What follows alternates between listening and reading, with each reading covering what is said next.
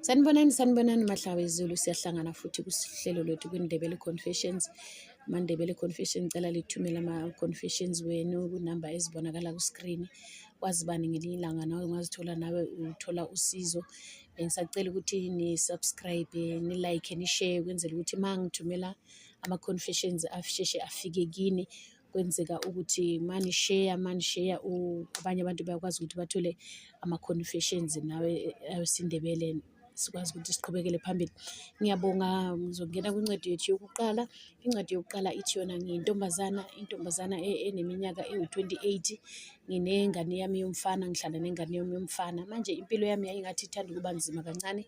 Ithi nzima kanjalo, nganginomngani wami enganginaye, sasiphilisana naye, kodwa umngani wami nje yena izinto zakhe zazizinhle.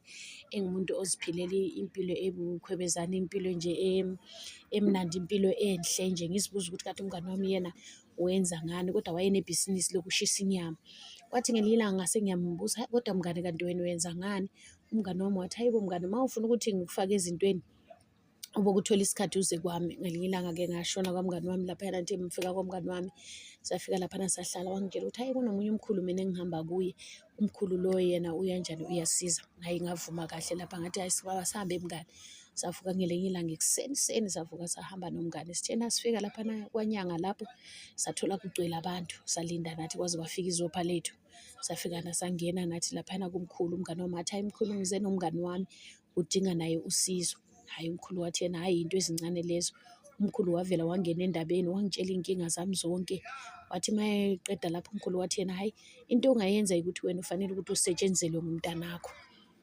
Mina wathi yena ngisho vele umuntu uma esiba nomntwana uyabe esazi ukuthi ngelinye ilanga umntanakho uyakwazi ukuthi amsebenzele.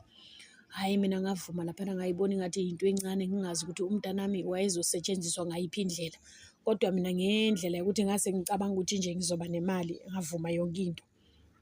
Uthe mase kulaphayana umkhulu wabe esethi kimi mangibhala igama lomntanami ngilifake phakathi kwenye inqayi. Ngathatha igama lomntanami ngalifaka phakathi kwenqayi, inqayi liyana yavele yaqala yashunqa, kwaphuma iy'ntuthu lapho phakathi. Hhayi mina ngangabi nendaba lokho, ngangakunaka. Ngathi hhayi mhlambe indlela yokuthi umntanakhona angisebenzele. Ngangicabanga ukuthi mhlambe umntanakho uzongisebenzela ngegazi lakhe, ephila kanjalo. Hhayi ngithe mangiqeda laphana umkhulu wanginikeza umuthi, wathi ngihambe ngiyogquma ngawo, ngigeze ngawo, bese ngiyawuphalaza ngawo. Ngathatha lo muthi loyana ngafaka esikhwameni, ngaphuma nomngani wami, sahamba saya endlini. Wathi ngemva kwamalanga amathathu uzobona ukuthi kuzoyenzakalani. Safika laphana endlini, safika ngaqhuma, ngageza, ngafutha, ngenza yonke into. Ngithe mangiqedile laphana kwathi ngelanga lesibili umntanami wathi yena